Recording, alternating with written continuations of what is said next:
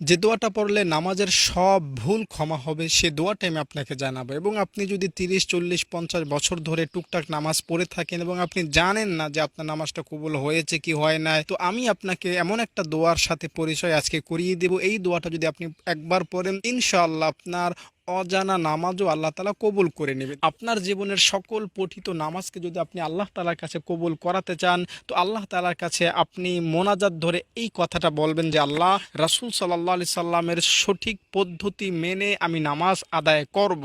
এভাবে যদি আপনি আল্লাহ তাআলাকে কথা দিতে পারেন, তাহলে আপনি অতীত জীবনে যত ভুল করেছেন নামাজে, ইনশাআল্লাহ সেই ভুল করা নামাজও আল্লাহ তাআলা কবুল করে নেবেন। যদিও ইসলামে ভুল নামাজ কবুল হওয়ার কোনো অপশন নাই, কিন্তু রব মহান প্রভু দয়ালু, তিনি কবুল করে নেবেন। দেখুন, একটা যুক্তি দেখাই, একজন মুসলিম যে 50 বছর ধরে নামাজ পড়েন না, তাকে আল্লাহ তাআলা ক্ষমা করতে রাজি। আর আপনি 50 বছর নামাজ পড়েছেন কিন্তু ভুল পড়েছেন, তো আপনাকে আল্লাহ তাআলা